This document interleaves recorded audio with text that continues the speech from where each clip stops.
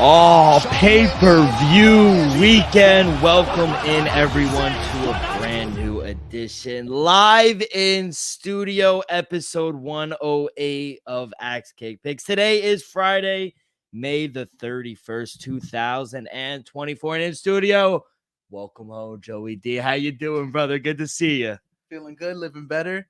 Good to be on Jersey side and about to go to the weigh-ins right after this show. Hell yeah. Weigh-ins in Brick City, Newark, New Jersey. Press conference was pretty cool yesterday as well. Yeah, it went well.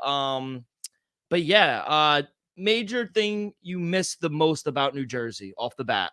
Bagels. Taylor ham or a pork roll guy? Taylor ham. Taylor ham. The pork roll doesn't exist. That's not real. That's not real, but good to have you home. We got a banging episode for everyone. We got some MMA news off the top of the show. Obviously, huge breakdown of UFC 302.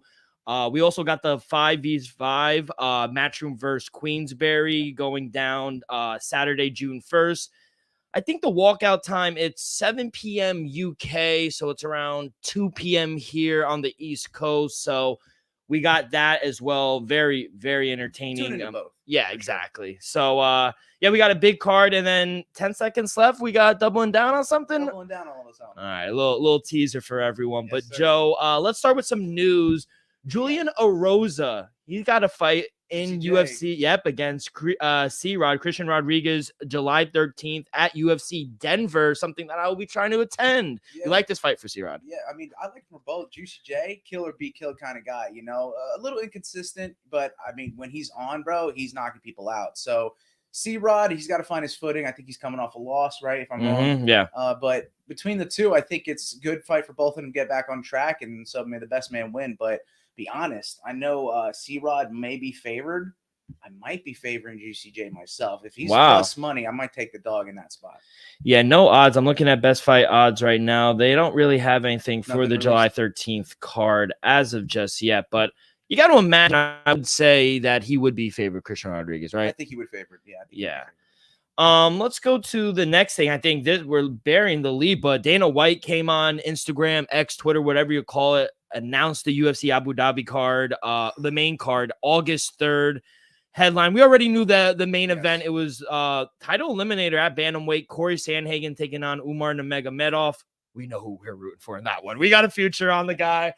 But here comes the legend in the co-main event, 5 rounds. Vicente Luque taking on Nick Diaz. Yeah, it's Stockton, baby. Stockton, saying 209. He's back. Bro, let's not also bury another lead. Tony Ferguson on the card with Michael Chiesa. I saw that. That's opening the card. Bro, honestly, to see Nick Diaz and Tony Ferguson on the same card, man, just legendary. We got to see Nick's brother Nate with Tony on the same card, and they wound up fighting. Nate got to finish there. So, I mean, is there a chance that we get a call out and we get a fight? You know, we get Nick Diaz versus Tony Ferguson. I mean, it's right there at 170 if they decide to do it. A lot of people are upset that they didn't match make Tony Ferguson and Nick Diaz. They said that would have been a more compelling match. Two older guys. And who are kind of struggling at the moment. But I think we don't want to see either one of them lose. That's the thing. You know, someone's going to have to lose if they fight. I think they'll put a show on for the fans if they do happen to step in the octagon together. But wouldn't it be a dream story if we have a victory by both of those legends? Oh, it'd be amazing. I mean, right now, Nick Diaz, biggest underdog on the card, plus 400. Plus 400. I mean, Luque, regardless of the circumstances of what but he looked good against RDA two fights ago. That's fair. 2 fights ago. Case of what have you done for me lately, right? Yeah, that's but true. the thing can be said for both Tony and Nick. So I don't know. I think it makes for compelling. If you get Nick Diaz to get a victory over Vicente Luque, is that more of the downfall of Luque, or is it more on Nick Diaz showing that he still got it? I think it'd be on Luque, right? And then he's really declining. He has more to lose. Yes, he does. Yeah, definitely does. And, you know, there were multiple. He was trying to push for Colby Covington at UFC 300. He tried to push for MVP. He tried to push for Kevin Holland. Yeah, that's a tough fight. He tried to push for a lot of people, but they winded up going with Vicente Luque, which biggest favorite on the card, minus 500. Michael Chiesa, minus 440. Tony Ferguson's the second biggest. They're counting these guys out. Immediately. I don't like it. I got to go with the dogs. I got to go with these legends of the sport. The crowd's gonna be behind them as well. And I know it's in Abu Dhabi, but I think that's like it's like a neutral playing field for both fighters. They said Nick Diaz didn't really want to go overseas. That's why he wanted UFC 300. He wanted to stay kind of somewhere in the States, but you think they took not a pay hike? You think they kind of got paid a little more for having to go overseas, or yeah, I think they made it worth his while. Okay, that's fair though. That's you have to. reasonable by the UFC. It's like, hey, if you didn't necessarily want to go overseas fight, here's a little something for going overseas. Yeah, I thought, wouldn't you though? Absolutely, I would be asking. I would tell if I didn't have an agent. If I was Lamar Jackson in the scene, I would be asking for money. But if I had money, telling them, hey, look, I'm not accepting a fight unless I get paid a little more because I got bills to pay. Stuff I need to take care of. And, I'm putting myself on the line here. So. Yeah, no, I agree 100%. He also wanted GSP. I don't know if we see GSP ever again. Do you? No. He's comfortable doing his Karate Combat commentary. He's good, I've heard. Bruton, he's doing a great job. Big Mike's on with them. So they're doing good. Karate Combat is, and he's on social media talking about his water fasts. GSP is a legend, so let him keep continuing his path, and we don't need to see GSP fighting. Yeah, no, he's a legend. He's established. We also got announced on the card: Davison Figueiredo taking on Chito Vera. That's a banger of a fight. I love that fight as well. Guess whose line is it anyway? Davison Figueiredo favorite. Maybe almost $2. No, it's the closest one on the books. -145, Davison Figueiredo, +124 for Chito. Okay, that seems like a fair split. I think, once again, a case of what have you done for me lately? Chito's come off being somewhat of a puncher bang at Sean O'Malley, but I think that could speak to the skill set of how good Sean actually is. We discredit him a lot, but then Figueiredo finding ways to win. He can't put it past the man. He's looking good at 135. Undefeated at 135 already. Does a win over Chito get you a title shot? That was my next question. I'm glad you asked that. Needs one more. Yeah, he needs one more. After this. He can't overlook Chito because Chito's dangerous. No, Chito's an assassin. When he knocked out Dominic Cruz with that head kick, he was just flying by, but, he could strike at any moment. He takes a little to get going, but I think if he weathers the storm, Chito Vera is it's like Sean Strickland. As the fight goes on, it favors him. Favors him. Yes. We also got one of the two most active women strikers in the division, Lupi Godinez, taking on Mackenzie Dern. Guess who's the favorite there? Maybe Mackenzie Dern. Lupi Godinez, -148. Mackenzie Dern, +125. Give me the dog. Surprisingly so. I think she looked good her last fight. Yeah, she did. I just think that the X factor is the jiu-jitsu, right? Like Lupi Godinez does have some pretty solid wrestling, but Mackenzie Dern has been falling in love with her stand-up and avoiding the ground. So, but that's her bread and butter. That's the way she's gonna, have the path to least resistance, becoming victorious is through her submissions.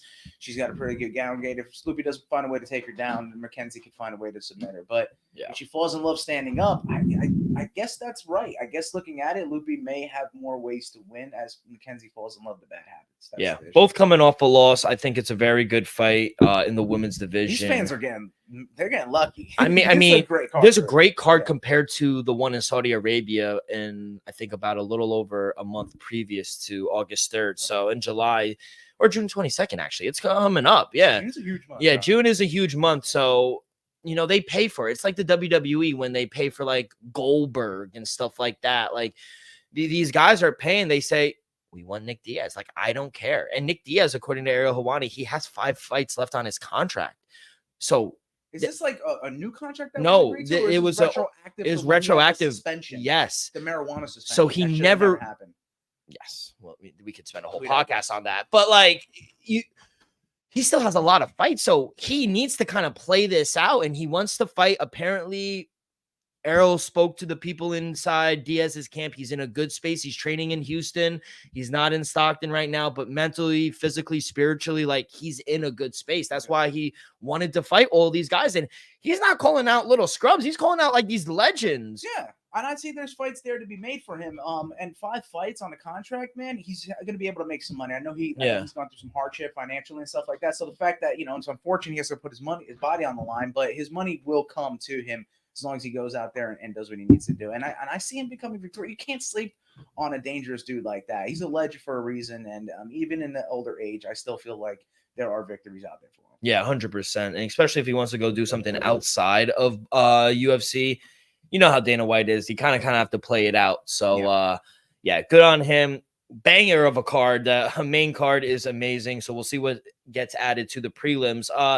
Andre Munoz is out versus his fight versus Ikram Alaskarov, June 15th at UFC Vegas 93. Kind of don't blame him. No. Yeah, no, he revealed. Wish him well. Yeah, he received a fracture in his foot from sparring, and then he has a staph infection on his chest as well. So, Andre Munoz, wish him well, but he's dealing with a lot right now. So he had to withdraw from his fight.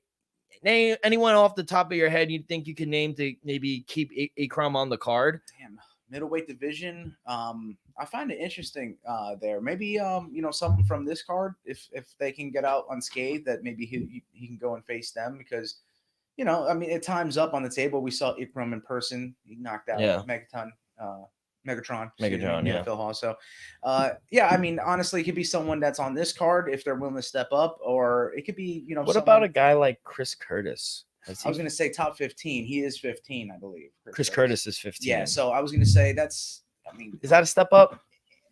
Ikram doesn't have a number next to his name. No, none of them do. But, damn, man, that's a way to get it. He's a dangerous dude. If you look at his record, I'm pretty sure he's only lost to Hamza. Yeah. Right? So, there's a chance for him to have that one loss, go into the top 15, and then start moving on from there. But then again, not a lot of people want to fight. No, not a lot of people. So hopefully he does he gets to stay on the card, Ikram. But wish Andre Munoz the best. Yeah. Some boxing news. We got the rematch. We thought October was a quick turnaround for them. But according to Turki Al-Sheh, His Excellency, we got the rematch. Alexander Usyk taking on Tyson Fury December 21st in Riyadh, Saudi Arabia. Thoughts? Wow. Going into it, we had Fury the first time. I just thought the size was going to, be the factor in that one, being able to match him footwork, speed-wise, all that. But turns out Usyk's X factor was the power. The power was the difference maker in that one. And, boy, I think it's going to carry over. I think though Usyk's undersized in terms of height, it seems like he's able to get inside on Fury. And he's able to land that southpaw left hand. It seems the left hands are what catch Fury, regardless if it's the front side. And he was the bigger fighter. Yeah, that's what I mean. And when he fought Ngannou, it was a clubbing overhand left that caught Fury. I don't think the same was said for when he fought Wilder and got drawn. I'm pretty sure that was right hand. But it seems, lately the left hands have been catching him. So if Usyk can play his southpaw style and just kind of shy away from the power that Fury's presented him. But he's got a chin, bro. Even if he takes it, he didn't look to be all too affected by Fury's power. But boom, he lands his own, and Fury just is in a different world. But you can't deny the toughness of Tyson Fury. No. He's going to be looking to get that one back. But to be honest, though I had Fury favored in the first one, now in a rematch, I would be favoring Usyk. Shout out Edison in the chat. He goes, Joey Bag of Donuts is home, baby.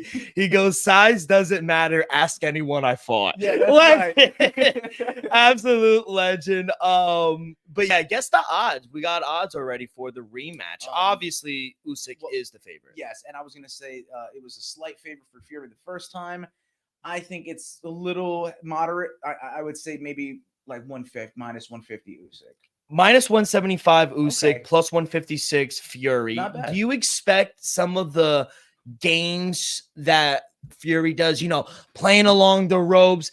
Because in times I didn't think he took him seriously, but that once that left hit, He had no choice. he had no choice but to take Usyk seriously. Yeah, I think he's got to quit the antics a little bit. And that may work against him because that's, the type of fighter he is. He's a showman. Yeah. He goes out there to entertain the fans and kind of get in the mind of his opponent, but there's no getting into the Ukrainian mind. That dude is a warrior. He can go out and fight for the war if he needs to because he's a soldier. That's a soldier right there. So let's fucking go. I got to say that it's hard to get into that dude's head, but he's going to have to, mean business. I think Fury's going to have to be serious about this, lock in, for a lack of a better word. I think that's literally what he needs to do. He's lock in. I'm still taking Usyk. He's the best ever. So, it's going to be amazing. I'm glad they were able to get the rematch. Arguable number one pound for pound. No.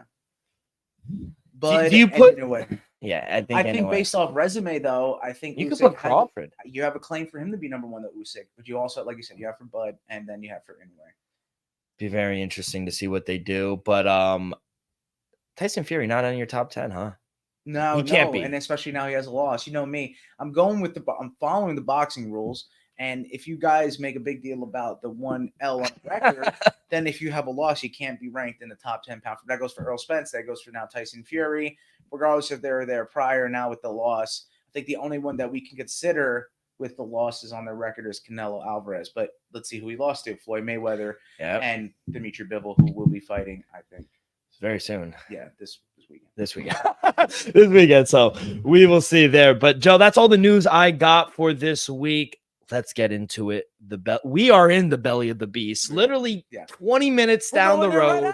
We're going there right after. Brick City, Newark, New Jersey, at The Rock, UFC 302, headline by the #1 pound for pound best fighter in the world, Islam Makhachev, taking on the Diamond, Dustin Poirier. Can he finish the story, Joe? We will see. We've seen it before. And like I said, real quick before we get into it, I was saying it to you earlier in the week. Everything, like 11 months ago, he got head kicked into the shadow realm by Justin Gaethje. If you told me when we recorded the day after, I would have probably laughed at you and said, no, he's not going to get a title shot. I would have said, see, get a new host. I'm done. But like, Joe, it's actually insane because everything had to fall in line for Dustin Poirier.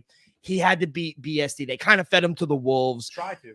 Charles Oliveira lost. That was surprising. Because if he won, he's getting that next shot. I think so. And then Arman Sarukian won and then said, no, I don't want the title shot. He said, I need more time. Fair play to him. I understand that. Gaethje loses. See ya. We're going to bang out right here. And Max Holloway, he needs to be enshrined somewhere up here as well. Yeah. But everything had to fall in place. He's from Lafayette. Where is the Prudential Center? Lafayette Street. It's like all these little things. He's undefeated in New Jersey. Like, there's so many things. I'm not one to believe in all of that. But if you are, Dustin Poirier's looking like a live dog. And the face-off, oh my, it got pretty tense. And, Islam was like, listen, you're going to respect me. I am the pound for pound king. And I get it. You're a legend in this sport. You were going to sleep. Was it Dustin or was it Islam? Dustin said, let's be honest. That's the only way he's winning is knocking out. This fight is not going 5 rounds. No, I don't think this fight's going. No way. These two are too skilled. These guys are too skilled. And they know it. Yeah. And I respect that because they know they're going into that fight. A little attentiveness though, but between that they are like kind of respect of one another, or they're going to throw that out the window and just go in there to finish. I think they're going for the. I think they respect each other to a certain. Fight. It is for both. For both. I think, and I said it to you. Maybe correct me if I'm wrong. I think Dustin Poirier is the best non-champion in UFC history. Yeah. Would you agree? I would agree. Yeah, and he's won an interim belt, and he's been there. I mean, look who he's fought. He's fought the who's who. He's been around 2 weight divisions and practically cleared them out. He's only lost a handful of times, and he's beaten the biggest star in mixed martial arts, Conor McGregor. And Conor not twice. Once, but twice, exactly. So regardless of how that may have happened, that puts your name out there. Hot sauce is booming. Yeah. You know what I'm saying the sales are going up, and I bet you they're skyrocketing this weekend. So yeah, he's got to be live, and maybe a guillotine though. I don't know. We'll see. Well, we got to see. But if you want me to get right into it. Well, yeah, real quick, the first fight off the bat, and I'll send it to you. Andre Lima versus Mitch Raposo. Thank you. He missed weight. Andre Lima missed weight by 4 pounds, still on. Lima has been fined 30% of his purse, rightfully so, but fighting at a catch weight now. But the fight will continue, and that is the first fight of the night. So take us away, kid. Yeah, Mitch Raposo's game as they come. But like you said, it's no longer a flyweight bout. It's a catchweight bout. Andre Lima is favored. I see him around -190. Mitch Raposo's a dog at +180. And I'm getting it started right away. I got to play for you guys in the first instance. We're going, the fight does not go the distance at +115. So a little, little doggish. But I got to think that these guys are going out for blood to start us off. I mean, you know how it gets in Brick City. Oh, yeah. It gets heated. And I think the weigh-ins, I think they're going to be intense tonight. I think these guys are going to start off by getting each other's face, and they're going to mean business. I think Mitch is looking at him like, you didn't take this professionally. You're unprofessional. You don't take me serious. You don't respect me. He's going to be going there to knock him out. And Andre Lima, he's got really good striking, so he can obviously do the same. The Brazilian. I don't think this is going to the judges. So, And to start off UFC 302 with the bang, you got to have a fight end in a finish. I love it. And let's do it. It's plus 115 for fight, not going to distance. We had our boy, friend of the show, Jeff Fox, who came on Yes. earlier in the week. He likes this dog, Jocelyn Edwards. Remember, I think this fight is going under the radar. They had a little beef at the PI a while back. I'm glad that they ran it back. Yeah, the matchmakers knew what they were doing with this one. And in the women's bantamweight division, like you said, La Pinter, Jocelyn Edwards is plus 175 a dog. Is she live? She's taking on Eileen Perez as a minus 195 favorite. And as much as I respect our boy Jeff Fox, and as much as I may have want to ride with Jocelyn Edwards, I got to go with Eileen Perez because I'm hoping for some twerking. I know it's chalky minus 195, but might just have to incorporate her on a parlay piece. But I will play her straight up. I'll lay the chalk here. I do think she has more paths to victory. I think if she can take down Jocelyn Edwards, I think the fight will stay there. So chance the fight goes the distance is probably more plus money than playing her straight up if you want to take her via decision. But I would lay the chalk. I'm going with Eileen Perez. Fiona, minus 195. I see it right now, minus 185. So shop around, maybe put her in a little parlay piece. I think people are seeing what Jeff Fox was seeing. Yeah, honestly. Seeing Jocelyn Edwards being live. She's fought some tough opponents. She has. Plus 165 in a coin toss fight? That's what I'm saying. When the women comes down, look at their decisions and what happens to their decisions. If there's a fighter out there that wins majority of her decision fights, and maybe you don't want to just, kind of play it down the middle. But majority of the women's fighters, when they go to the judges' scorecards, it's about a 50-50 shot. Yeah, 100%. So it can go either way. If you want to get that plus money, take the play on Jocelyn Edwards. Listen to our friend of the show, Jeff Fox. But I'm going to go opposite. Sorry, my friend. Got to go fade. Yeah. On this one, but we go right into the next fight, and it's in the welterweight division. Jersey's own Mickey. The return. Mickey, you're so fine. You're so fine. You blow my mind. Hey, Mickey. Hey. No NSD, whatever they do with the music. Mickey Gall is plus 270 here at his home backyard against Basil Hafez, minus 275. D-Rock, do you have any opinions on this? Anything to say? Mickey Gall plus 310. I mean, wow. Rightfully so, though. Coming off a long layoff. Yeah. I wouldn't advise anyone to touch Mickey Gall, if I'm being honest. I wouldn't. Jersey kid, rooting for him, wish him the best, but this is a tough fight for him to come back on. Look how good Hafez did against Jack Della Maddalena. Yeah. And where's Jack Della Maddalena in your ranking? Like, he's top 5 welterweight fighter in my eyes. Not like in your opinion. I see the way he mixes up shots to the body, to the head. He can incorporate wrestling. He's got great scrambling. And a lot of people thought he lost that fight. Yes. That's what I'm saying. Maybe Hafez is legit, Yeah. So I got to take him. I hate fading Mickey Gall. Like, on his return, it would see this Jersey kid get a victory again would be great. He beat CM Punk back in the day. That put smiles to my eye. Your boy. But nevertheless, I do think the Habibi is tough, and I think he gets a victory here. I think his skill is good enough on the ground, Hafez, to defend against Mickey Gall, whose game is to submit you and choke you out. So, top 5 welterweights in my opinion: Leon, okay, obviously champ; Bilal, Shavkat, which I think might be next, depending. JDM, yep, Jack Della Maddalena, and Ian Gary at 5. Yeah, I like that. 6, Jeff Neal.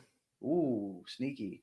And 7, my boy from St. Louis, Missouri, Joaquin Buckley, baby. He's a legend. I love Joaquin Buckley. A lot of people, and I think he's better. Like, obviously, you got Stephen Wonderboy Thompson, Sean Brady, but they kind of got exposed, if I'm being honest. I don't think they're on the track to get up there just right yet. They need to get more wins under their belt. I know Wonderboy, it's coming to time. Yeah, I hate to say that he's one of my favorites, but it's coming to time, and Sean Brady needs to prove to us that he's legit. You know what I'm saying? 100%, yeah. Yeah, so we'll see. I mean, we'll see, yeah. It's probably more to Bilal being how good he is, and I think he's not. Manchester. That's what I wanted to say. Top 5 welterweights. But, yeah, that was the early prelim starting at 6:30 here on the East Coast. Sweet. Now, let's just talk about this next fight. I'm excited. Man, Newark's getting a treat for this one. The welterweight division, Phil Rowe. Saw him last time out at submission grappling and karate combat. Took on Craig Jones and received the flying triangle for his efforts. At plus 140, taking on the Celtic Kid, Jake Matthews, at minus 150. Man, I hate to go against Phil Rowe here because I like him as a competitor, but Jake Matthews is awesome. Every time I've seen him go out there, he does something spectacular, whether it's with his feet, on the feet, or with his grappling on the ground. I mean, I think Jake Matthews is a dark horse, if you would, because if he could put together his game, I think he has a shot of beating pretty much any fighter on the planet. It just, there's little times of inconsistency, maybe some bad decisions in the octagon, in the cage. So IQ may be there, but the more experience he gets, I think the better he becomes. So Yeah. I think he has a shot of getting Phil Rowe out of there early. Phil Rowe was tapped. I think Jake Matthews can put together a combo early and maybe get him out in the first or second round. So I'm going to go lay the slight chalk minus 150 with the Celtic Kid, Jake Matthews, in Jersey. Phil Rowe, he grappled Craig Jones, correct? That's what I'm saying, yeah. Craig Jones is holding his own invitation and going against ADC. Yeah, ADCC, Abu Dhabi the same day. Club. Yeah, and what's different, which I love, have withdrawn from ADCC. Good. And going to get the $1 million that CJI is offering. So yes, they're offering, and what they're doing, they're one-upping them and saying to show $10,000 for every fighter. $10,001. Yeah, $10,001. Just to one up. He's petty like that, and I love Craig Jones for that. Exactly. He was on Rogan the other day. That was a good episode if you saw that one. Yes. Yeah. I love Craig Jones, and he's fighting a woman. Yeah, he got the fight with Gabby Garcia. I love that. Gimmicky, but at the end of the day, what he's doing, he's a big bitch, bro. She will choke him out. She'll choke us out. That's what I'm saying. No, but Craig Jones is slick, bro. He doesn't need to use strength or anything. He's got really good technique. He can find a way to victory anyway. Whoever he gets, I think he's competing in his own invitational. He is. Yeah, he's competing. So he's going to go for their own money. He has a good shot at winning it. But we have seen a lot of competitors in Abu Dhabi Combat Club withdraw and now go to CJI. And I don't blame them. For a chance at $1 million, especially if you're like a Brazilian athlete, man, that sets you for life.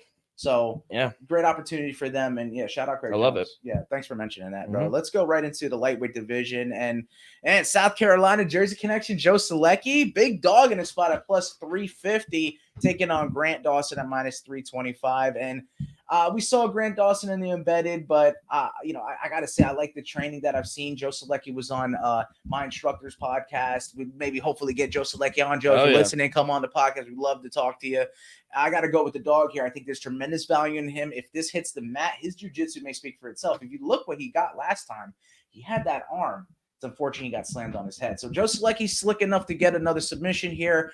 Just don't get slammed. Joe Selecki's my play, plus 350. I love it. You could get him even at plus 370, plus 375 right now. So shop around. Absolutely. Let's do that. And now with the mover of the fight card, we got now – in the heavyweight division, Jailton Almeida being dropped out of the main card into the prelims against Alexander Romanov. You think this is going to be a dud?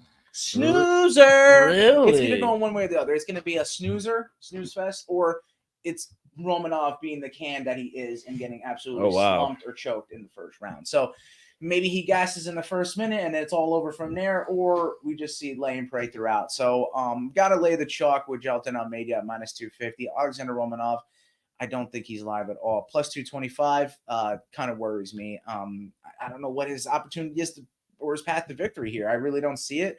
If you have another opinion on that, prove me wrong. But I think it's jail time, and I'm going to incorporate him with Eileen Perez as a parlay piece. Yeah, we were talking earlier in the week with Jeff Fox about maybe Romanov being live, especially at this number. I wouldn't write jail time as a fraud just yet. He got humbled. Definitely got humbled by Curtis Blades, and that's no disrespect. That's a top 5 fighter. Matched him in wrestling, and he had better hands. Yeah, and Alexander Romanov, he's okay. He has some power. I just think, Jailton Almeida is going to do exactly what we saw in Charlotte. Take him down, submit him. Yeah. I'm going to take Jailton Almeida via submission at plus 155. Hey, not bad. Plus 155? Yeah, that's good plus money. I like that. I would actually back you and go with that as well. And you don't have to play it like him doing the first round. It can happen in any of the 3. So smart. Let's go into the main event of the preliminary card, where we are in the middleweight division. And I think they were for a treat.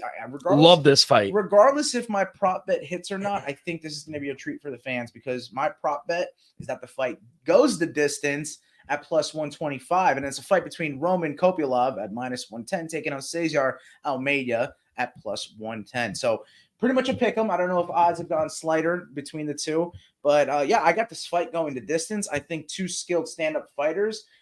You would think that, there's going to be a finish in this one, that one could find each other's chin. But, man, Almeida has gone the distance with Alex Pereira. He's dealt with that kind of power. He beat him. He beat him once. In kickboxing. 3 times, he beat him once. I think that's an accomplishment alone in itself. But Roman Kopylov, if you look, he does have finishes on his record, but he also does have a lot of decisions. So I'm looking at it and I'm going to play that. I'm going to play that this fight, even though they're both skilled, maybe they're sound defensively, maybe they're durable enough to not get caught. I'm thinking this gets to the judges' scorecards, but I think we're in for a treat. I think this could be fight of the night. So give me 100%. fight goes the distance at plus 125. 100% agree. This is my favorite play of the whole card. Give me Cesar Almeida on the money line, minus 115. I just think there's more ways to win. You mentioned it. Went head to head. He actually has a win against the champion Alex Pereira. I don't think many people could say that. No. The guy's a dog, and Roman Kopylov, he's too inconsistent for me. Yeah, he has some finishes on his record, but he also has some duds as well. So too inconsistent for me. I think Cesar Almeida, he started as a dog. Sharp money's come in, and now he's the favorite. I think the line movement is correct. So I'm going to take Cesar Almeida. That's my lock of the night. That's my favorite play. Put the most money on it, minus 115. Let's go Cesar Almeida. Do you think a decision's likely for him? Like he could, win kind of dominantly, or do you think a split is on the table? Or are you seeing a finish? I'm seeing a finish. Wow. I'm seeing second round, early third round finish. Roman Kopylov. The fight goes to distance is plus money. They don't expect it to go. They don't. That's why I took it. I'm seeing I'm seeing something they don't. But I agree. I think Almeida, we saw what he did his last fight. He got that knockout and had me hyped because I did take him with the KO TKO. So I would even also take the over 2.5 rounds at plus 104. So maybe I'll finish late. Yeah, finish late because I do think Romanov is good enough where he'll kind of a feel out round. But once Cesar Almeida gets going, I really don't see a pathway to victory. It'd be a long night for Kopylov. Yeah, so which is not where we expected him to be. We thought, we thought the world of Kopylov about 4 or 5 months ago. Yeah, and thought that he was going to go on this tear and not drop a fight, and we saw him recently do so, and now he's got another tough one in this. So yeah, may the best man win. Yes, sir. Let's go into the main card of UFC 302 live from Brick City, Newark, New Jersey, and it starts off with Rude Boy, Bumba Clock, welterweight division, Randy Brown, minus 160 taking on Elizeu Zaleski dos Santos, if you want to add all the last names. He got 4 last names. Like fighting 4 people. You see Randy embedded? Yeah, it was hilarious. He was with the social media, right? The people that were like, oh, you're fighting 4 people. Randy. She was hilarious. Yeah, that was funny. Yeah, so Randy, he's good sport for that. And I got to take our boy here, laying the chalk, minus 160. I feel like he'll have a better cardio, more reach. It's a detriment to Elizeu Zaleski. I think he has good submission. He could probably pop up with a triangle. Those long limbs, man. Randy Brown's got a complete game. If you look at his recent tear he's been on, I think he's only dropped to was it Della Maddalena? Della Maddalena. That's it. So yeah, Randy's beaten cream of the crop, and he's only lost to who's pretty much on their way to a title shot. So Randy could be on his way to a title shot as well. He needs a nice win over this guy, and I think he could do so any way he wants. So that's why I'll lay the minus 160 chalk on him. No play for me. I lead Rude Boy. Too chalky though for me. All right. Don't want to touch it. I like Rude Boy, rooting for the guy, local guy, minus 180. Maybe put him in a parlay piece, but little too chalky. All right, no, that's fair, man. And we go to the other fight that's been moved from the preliminary card. And I'll be honest, I agree with the UFC and what they did here. Wow. Jolton Almeida has been a big name. He's main event that card, but you're a big Alex Moreno guy. Nico Price and Alex Moreno are going to put on a show for the fans. Fight of the night? This is an arguable fight of the night for me as well. I think this could be in conversation with that Roman Kopylov fight and Cesar Almeida we just talked about. I think I really do think Hybrid Price and the Great White have a shot here. They fought before. Nico Price knocked out Alex Moreno in the past. I think it was a first-round knee or an elbow or something crazy that he caught him with. So, it's very difficult to fight and beat the same opponent twice, more than one time. And man, I feel like Alex Moreno's live. Actually, he's no reason he's live. He is live. He's a favorite. Which you would think that Nico Price coming in, knocking him out prior, that he would probably be the favorite. There's history between them, and that he would get the job done again. But does the knockout of Robbie Lawler hurt him or give you pause? That's what gave me pause off this fight. I didn't think he looked good at all, and that was kind of like easily, and that was kind of like I didn't think they were doing Robbie Lawler well. Nico Price before that dog coming off a good win. I'll go, this is not an easy fight for Robbie. And on a retirement, so I'm like sitting there like, damn. And then he gets caught, and I'm like, So that's what I'm thinking. I'm like, I don't think you can take too much away from Robbie or Nico, because you're like, okay, Robbie's retiring, but it's like, oh, he's lost it entirely. And the fact that Nico got caught by Robbie means he's also on his way out. No, Robbie Lawler's never left. Like, Robbie Lawler is Robbie Lawler for a reason, but you don't want to get touched by him because that can happen to you. So I do think he's live. As a plus $2 dog in this spot, Nico Price beat this guy already in the past. I got to say he's live because this fight can go either way, but Morono puts that pace on you. He starts digging in deep. He drowns you into the deep water, becomes that great white. I think it's his revenge tour. I'm going to take the great white here. I'm going to take Alex Morono. I think he gets this fight back. I think he gets a victory, and he can do it anyway. I'm going to go on a limb and give you my verdict prediction. My verdict prediction is Alex Morono, first round submission. Wow. Let me check that. Talk about jumping guillotine. Alex Morono's got a sick guillotine. You said first round submission? First round sub.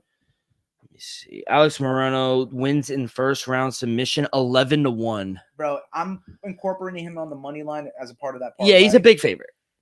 Playing him straight up because he could be in the judges, which happens a lot. He does have some good combinations where that can happen, maybe on the ground and pound, something along those lines. But he also has slick submission. So he could get it done in a multitude of ways. But I'm just giving you what my verdict prediction was. And I'm going to play him with the money line on the parlay piece. No play for me. I was leaning dog and Nico Price, but like I was alluding to a little earlier, like it just gave me pause. I don't think the knockout was good at all from him and Robbie Lawler. So gonna stay away from this. Okay. I do lean it. You're playing it safe this card. You want to enjoy these fights. Yeah, I lean over 1.5. Is a little chalky minus 180. Okay. I think he goes the distance. We'll maybe cook up a little something together. A little. We'll share it on social media. Exactly. For you, but I know you're gonna get involved with the future bout co-main main yes, event. Sir. Let's get right into it now. In the middleweight division, Kevin Holland, the Trailblazer, Big Mouth, minus 225 favorite, taking on Mikhail Alexiejczuk. It's a plus 235 dog. D-Rock, I'll give it to you. What do you got? Yeah, Kevin Holland, huge favorite, over a $3 favorite. In some place I see minus 275. I love the over 1.5 rounds, minus 150. I think that's pretty serviceable. It's not too chalky for people, but I'm going to take Kevin Holland to win inside the distance at minus 115. I think this is a nice rebound fight for Kevin Holland. He's fought the who's as well. Yes. A lot of tough fights. They finally gave him both dudes, though. And no disrespect to Michelle Alexiejczuk, but this on paper is an easier fight for Kevin Holland. Yeah.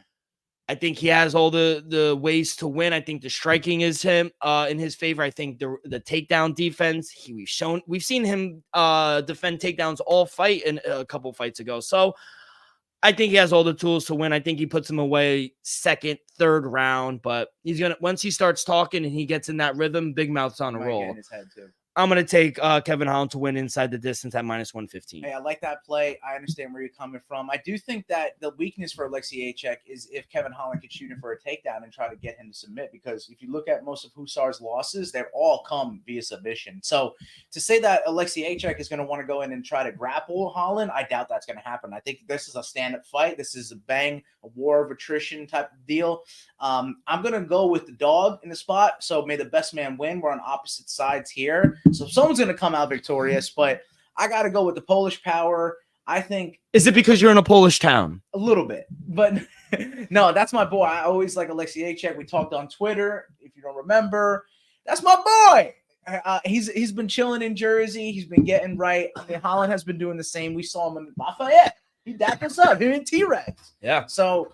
I mean, we respect Kevin Holland. You're going for him. I'm going the opposite because I do think Alexiejczuk does have a lot of sneaky, hidden card tricks. Like something's up his sleeve, bro. He can catch him early and hurt Kevin Holland, and you wouldn't expect that. So, but he's never been knocked out. Kevin Holland, no, but there's a chance. There's a chance. You're telling me there's a chance. I'm going against the grain, taking the dog in this spot. Because I've been laying a lot of chalk, and I'm playing my heart with this bet and the Joe Selecki bet, hometown guys, where we're living at and everything. But I mean, there's a shot with this type of plus money value, man. Be raking in the cash and swimming in it if it hit. Let's fucking go. And let's go now to the co-main event of UFC 302. And I'll be honest, you mentioned it. These guys did good in the press conference. Sean Strickland and Paulo Costa. I thought it was entertaining. back and forth. They were going at each other, but then again, they showed each other respect. You know what I'm saying? The fan interviews, the fan questionnaires that they had, it was a great job. So Sean Strickland is minus 210 and Paulo Costa is plus 205. I'm going to give you my prop bet. Can't go ahead and lay the chalk straight up for Sean Strickland, but I can play a prop. Going to take him with the via 5th round victory or decision at plus 180, so he can get it done late or he can win on the judges' scorecards. I think the 5 rounds favors him. I do think Costa has some power now, and he could catch him, but he was unable to put away Luke Rockhold. What was his last fight against Robert Whittaker? He looked good. He landed some shots. He learned a lot Robert Whittaker. Now we'll see really the state of Robert Whittaker when he faces Khamzat. I'm rooting for Bobby Knuckles, you know that. Even though I do have high expectation for Khamzat, this is mixed martial arts, and you can come back off a loss. But if he gets absolutely the floor mopped with him, and you know what I mean, I'm saying Robert Whittaker by Khamzat, then you know, man, I mean, we're going to know what's going to happen in this fight before we're going to know what's going to happen in that fight. So my feeling, though, is that could quite possibly happen, and that shows that Sean Strickland is kind of still levels ahead of where Paulo Costa is. If you can't get rid of Bobby Whittaker and you can't get rid of Luke Rockhold, and they both got destroyed in their previous fights, then I don't know where that puts you. So I'm in a tough spot. I have a feeling something's telling me you're going the other way, but I got to go with Sean Strickland. Doing it for his fans, as he said in the press conference. So give me Strickland via 5th round or decision at plus 180. Objectively, do you believe Paulo Costa should be over a $2 underdog? No, not objectively, but I think you know, it's not like he's going to incorporate takedowns. Really, he's going to want to go there and try to knock Sean Strickland out. And I think that's harder said than done. You know, only Poetan, only Poetan's got him. I think Eliza Bosesky dos Santos got him with a heel kick at welterweight one time back in the day. Back in the day.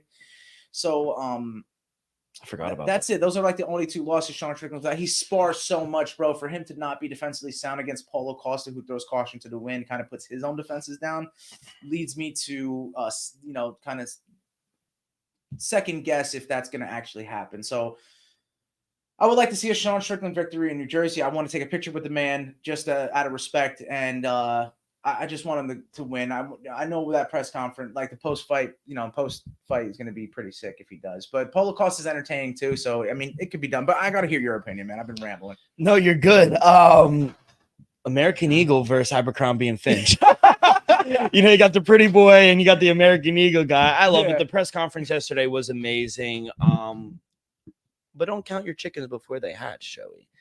I am not going with Paulo Costa, even though Roshia in the secret juice, he sent me some secret juice. I did, right? I saw that. And he's gonna go send him some secret juice later as well, Sean Strickland. I think they work well together. Like the banter together back and forth. Good. It was very good. They like each other to a level of respect towards one another. But you're right. I'm going to go Sean Strickland here. I'm going to take him. I'm going to put him in a parlay, which I'll say at the end. But I have a parlay. I put him in. But I'm also going to sprinkle a little on Sean Strickland to win via KO, TKO at plus 170. So it can happen anytime. Yes, because I do think you're right. He's going to throw caution to the wind. As much as I do like Paulo Costa, I don't think he has the best fight IQ. I think Sean Strickland with his Philly show, I think he's going to jab him for 5 rounds and he's just going to piece him up. He'll fight better on the inside too. And yeah, the boxing as well. And also, we saw him almost put out Izzy.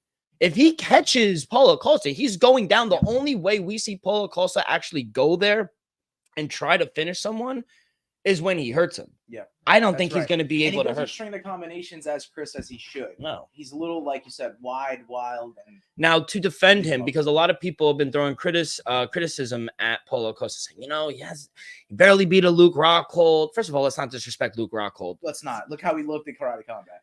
He'll take your bitch. That's one. And 2, he's a legend and he's a champion, ex-champion. I want to see him fight at CJI. Yeah. So he's a great grappler, too. Great grappler. And Paulo Costa just signed a 6-fight deal in the UFC. He's not going anywhere. No. He has the fan base, and he's a name. People still want to fight Paulo Costa. So MMA, I mean, I'm new to the community, but 3-4 years, the MMA community is toxic.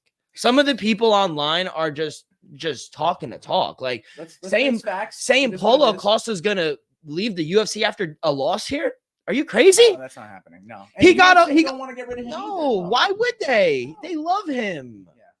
Regardless of all things, I'm going to take Sean Strickland on the money line in one of my parlays, and I'm also going to sprinkle a little him on via KO TKO at plus 170. I think that's fair. We all love Paulo Costa, but 100%. I think Sean Strickland's the right side. I think the odds makers knew something about this one.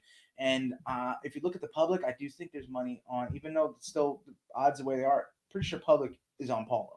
So we're fading the public, which is the right thing to do, right? Yep. We normally fade the public. That's what I do. So we've made it to the main event of UFC 302, and it is for the UFC Lightweight Championship, and it is between Islam Makhachev as a minus 575 favorite, maybe even more so, against Dustin the Diamond Poirier at plus 500.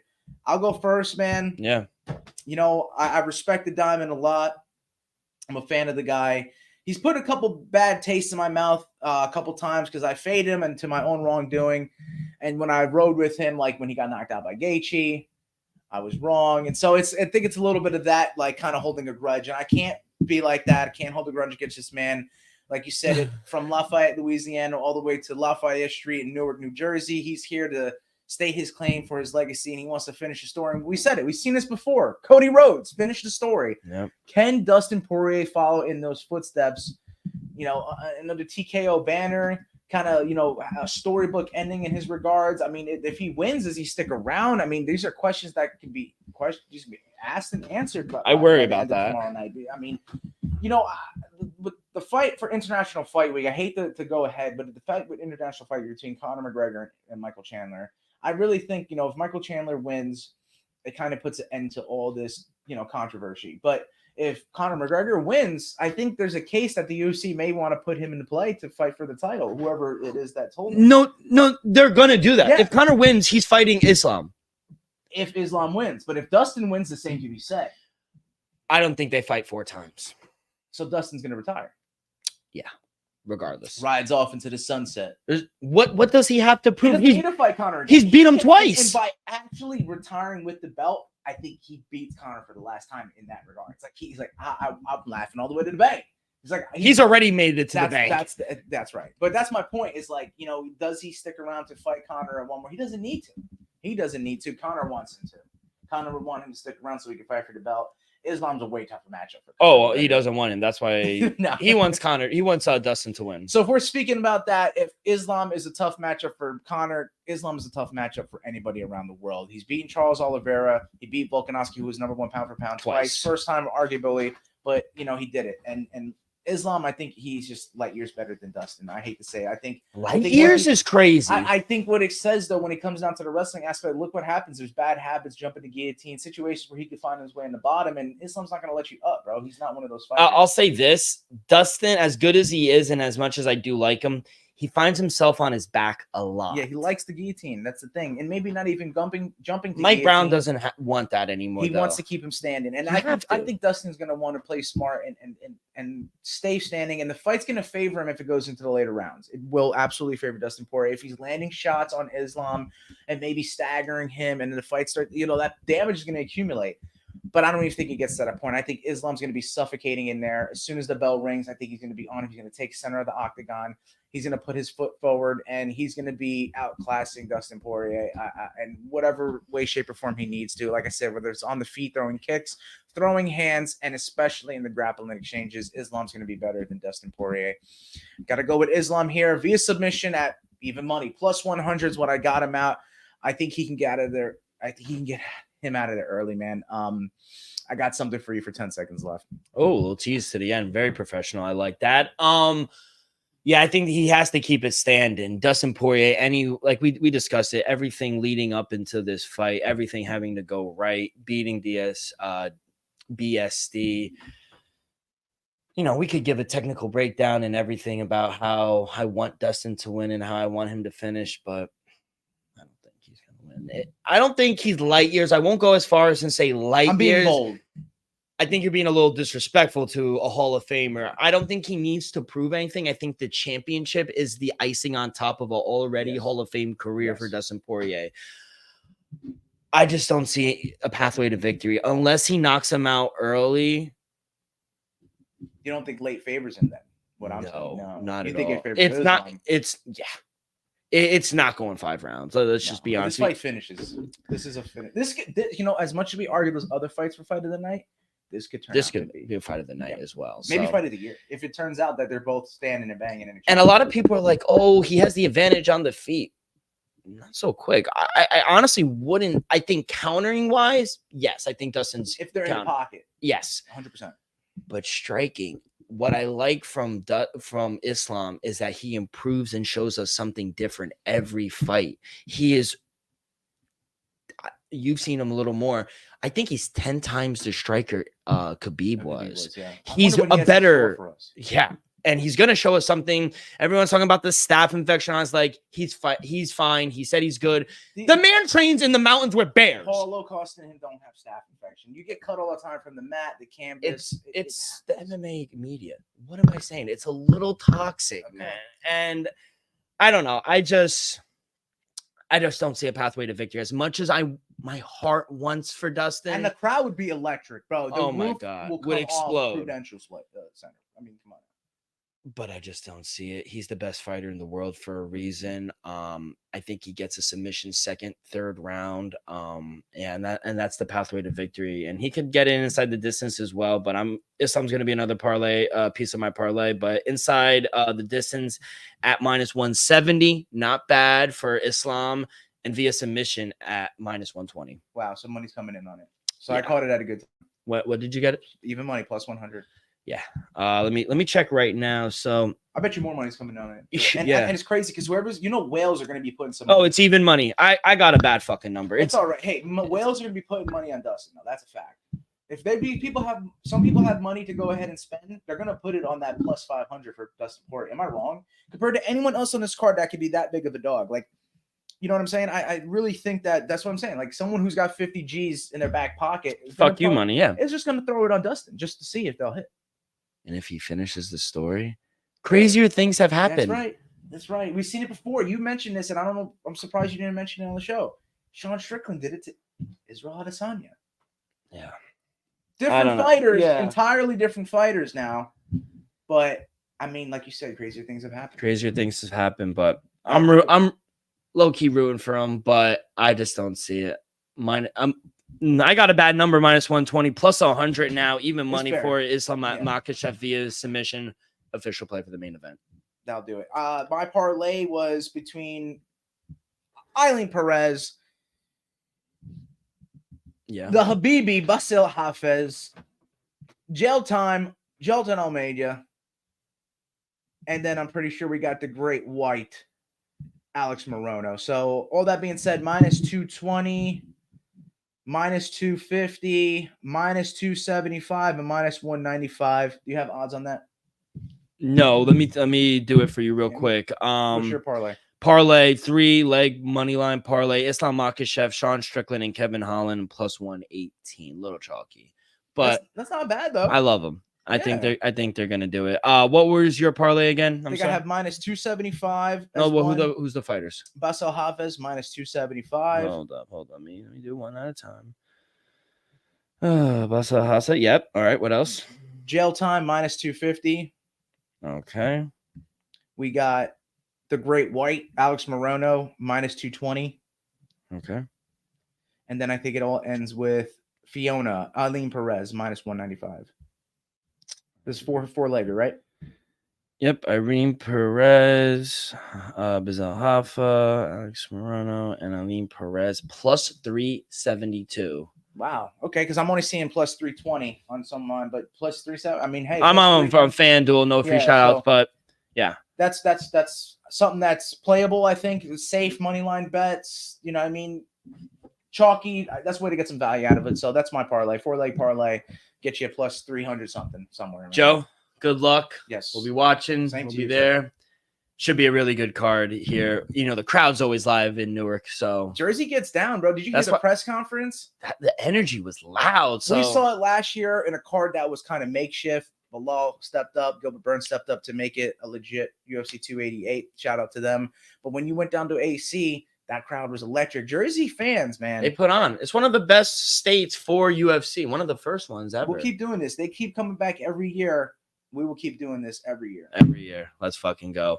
Joe, before we get to the huge boxing card, 5v5 Matchroom versus Queensberry, quick word from our sponsor. We are brought to you each and every episode by Viva Tequila Seltzer, the most refreshing hard seltzer on the market, hands down. There's no wonder why Viva was voted most world #1 hard seltzer in the world by San Francisco World Spirit Competition, with only 88 calories, 0 carbs, 0 sugar, and a light 4.5 ABV. Viva is the perfect drink for your post-game celebration, as it was created with that active lifestyle. Oh my God, the tequila, you can taste it. We flavor our tequila seltzer because flavor is the spice of life, and we like our drinks with just a kick, just like how we like our lives. Whether it's Huckleberry playing a round of golf with the boys or an elderberry watching UFC 302, it doesn't matter. Our favorites pair perfectly with that artisanal Blanco tequila for that subtle and refreshing drink. Our belief here at Axe Kick Pigs and at Viva is to live long, live well, and live it up. All right, kid, let's get to it. 5v5 Queensberry versus Matchroom going down tomorrow, Saturday, June 1st, 2 p.m. here on the East Coast, 7 p.m. UK time. And yeah, we got a really good card. Yeah, definitely. Yeah. You know, the legend Frank, you know, one of the two biggest promoters, and Eddie Hearn and Frank Martin, right? Yeah. Frank Martin. No, Frank Martin's a boxer. Frank Warren, thank you. So yeah, you know, we got, who do we have? Zhilei Zhang taking on Deontay Wilder. That's the main event. Heavyweight. Daniel Dubois. He actually lost to the champ, Alexander Usyk. And then Felipe Hrgovic. That's another heavyweight. Yep. We got Dmitry Bivol taking on Malik Zendai for Bivol's. Giving Malik a shot at the title is crazy. Think he deserves it? It's not short notice. He stepped up. Yes. He's the guy who stepped up. And it's for Bivol's WBA light heavyweight title. And then another one we got to start the main card, Willie Hutchinson taking on Craig Richards for the light heavyweight. What's the fifth fight that you see? It's Raymond Ford taking on Nick Ball. Ball. We saw him last time out. This is for Raymond Ball's WBA featherweight title. Nick Ball's live. He's a short, stocky dude, but I don't have a plan either of the first two fights. I've started going to take up. Oh, okay. What do you got? Yeah, so Philip Hrgovic's -210 taking on Daniel Dubois. Man, Hrgovic might knock him out in the first round. I mean, this dude's got tremendous power. That's bold of me to say, but I do see I would actually go with Hrgovic to get it done within the first 6 rounds. So you maybe have a prop out there for you guys to get some plus money. Take Philip Hrgovic within the first 6, which is like 1-6 KO TKO. You'll get some plus money, but I'll play him straight up on the money line if he wins dominantly on the scorecards or if he gets a late knockout. I think Daniel Dubois is susceptible with his defensive cues. Yeah. So, yeah, give me Hrgovic straight up as a parlay piece on this. And then we go right into the co-main event. WBA World Light Heavyweight title, as you mentioned, Dmitry Bivol -2,500. I don't even know if you can incorporate that, but I've seen one of my books. I was able to fit it in on a parlay, and he's against Malik Zinad at +1420.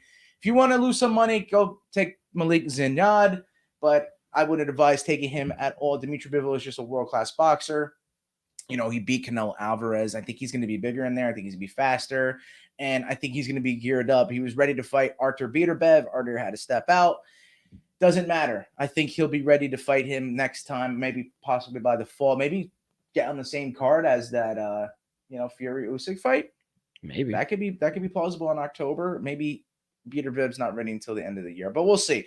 But I'm going to take Dmitry Bivol straight up just to play it safe. I do think that, he doesn't always catch knockouts. I don't think that's likely. So it's most likely to be a decision. And I think that's very chalky. So too chalky for my liking, but I'll have to incorporate him on the parlay piece. So far, Philip Hrgovic straight up and Dmitry Bivol straight up. And now I'll do the main event. Deontay Wilder, the Bronze Bombers, +135 dog taking on Zhilei Zhang at -150. And, Zhang is technically the better boxer in terms of technical ability, but it all gets canceled out when you got that type of powder that Deontay Wilder has, and I think he can catch him. I think if he touches Zhang, if Zhang makes any mistakes in there, I think he's going night-night. So I got to go with the Bronze Bomber. Let's go. I know he's a dog. But like I said, I would be even going prop bet and taking Wilder with the plus, even more plus money with the KO TKO. But I'm going to take him straight up and put it on a parlay. So if you got those three, Deontay Wilder, Dimitri Bivol, and Filip Hrgovic on a parlay money line, plus 260, 261, 262, depending where you get it. So I like that plus money. Too chalky to play them straight up, but yeah, Wilder could be a lone play because he's a dog. And I'm like I taking said, I like the prop bet of the KO TKO. It was announced about 10 hours ago, 9 hours ago, Hrgovic and Dubois will now be for the IBF interim heavyweight belt, meaning the winner may well end up being upgraded to become the full IBF heavyweight world champion if Alexander Usyk is stripped in the coming months. Real quick, before I give my bets, why do they strip them?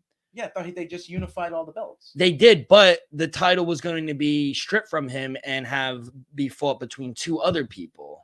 I don't know why they would strip him, especially that he just beat Fury. That don't make it. That's not fair to Usyk, and it's then again complicating the whole weight class. Why are we making it more complicated when they're actually now defining what the weight classes and who the best are in these weight classes? Like, don't shoot yourself in the foot boxing now. Like you guys are getting ahead. Let's not take 2 steps back and 1 step forward. You know what I mean? Like, you guys taking 1 step forward now. Let's not take the 2 steps back. Let's keep on going. They just had the final face-off on the Zone boxing pay-per-view. Deontay Wilder and Zhilei Zhang. Official weight. Yeah, it got rowdy.